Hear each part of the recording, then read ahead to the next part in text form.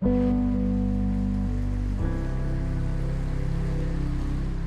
think one of the interesting things about a heart attack is when you see it on television, you know, oh my God, I've had a heart attack.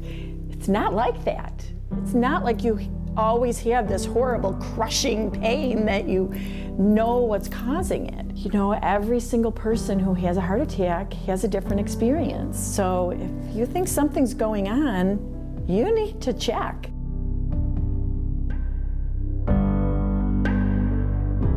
There was no thought of a heart attack. And on January 28th, 2015, in the middle of the night, I called my husband and said, I think I'm having a heart attack.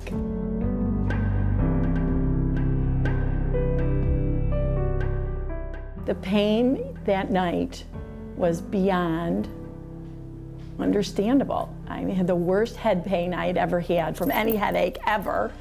And I had this bizarre burning across my breast line. They did some tests. My troponin was high. I had had a heart attack and spent the next 8 days in the hospital.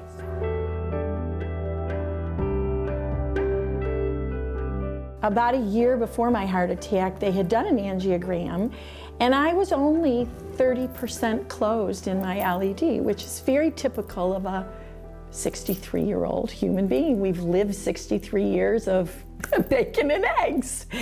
And then when they did the angiogram the day after the heart attack, and I was almost 100% closed, it's like, how did this happen to this woman? They call me an enigma. Nobody really knows. If someone is having chest discomfort of any kind, I would say see a cardiologist. There's something wrong. If they don't want to talk to me like I'm talking to you now, then they're the wrong doctor for me. I'm in charge. It's my body. Family is why. My grandchildren, my daughter, my husband, my mother. Who would I be without them? Once you're hit with something, you realize how important every day is. So I know that I look good, and I know that I sound good, and I know that I act good. But why is because I want to get to tomorrow. And here I am, working my normal routine. Crazy every day, you know, being where I need to be.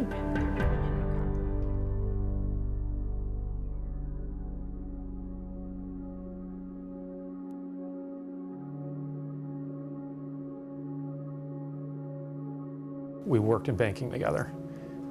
I started out as a teller, part-time teller. She came in the one day, I was counting my drawer in the morning, getting ready, and I see this beautiful woman come through the door. And I said to the person next to me, I said, I will marry that woman someday. The tough part about this is she didn't have any known heart disease. There were no symptoms. She simply didn't wake up that morning. When the emergency folks came down, and the longer they were upstairs, I kind of had a bad vibe that things weren't going well. But when they came down and said, we're sorry, but we can't resuscitate her, you know, our life ended. After the autopsy, it was a rare genetic heart defect that was never detected. A few times she'd go to her doctors. She'd say, you know, I'm tired. And it was, well, you're going through menopause, you're 52 years old, it's menopause, you're on your feet 8 hours a day. So there was no concern whatsoever. But Celia's amazing. Celia's, her 25 years at Wegmans, she was, as they call her, the matriarch of the store at Wegmans, and she knew everybody. Everybody knew her. It's tough being a widow at 48 years old. All those things that she's gonna miss, the graduations and the weddings and the babies and all those things she's not here for. When you're faced with a tragedy, the first priority was get my 2 kids through it. So Stephanie is why, and Stephen is why. In addition to that, you know, Keith is why. Keith's got to be healthy. Keith's got to get through this, and that's not easy. So I want to do that so they've got the grandfather someday that, you know, their kids are around for. We will carry on, and whatever the new normal is supposed to be, we will get to there at some point. It's certainly not easy, but we'll do that for her honor And now our goal is to try to create awareness, save one life, help one family. But take a negative and turn it around into a positive. That's really what it's all about.